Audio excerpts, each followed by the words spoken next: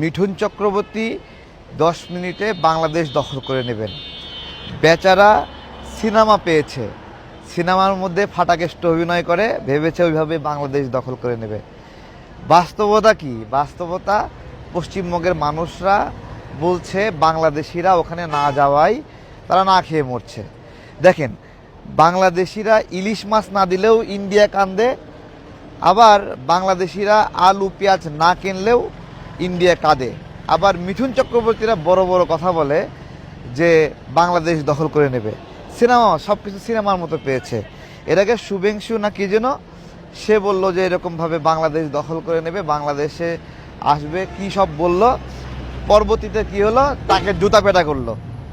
তো এই হলো সামগ্রিক অবস্থা।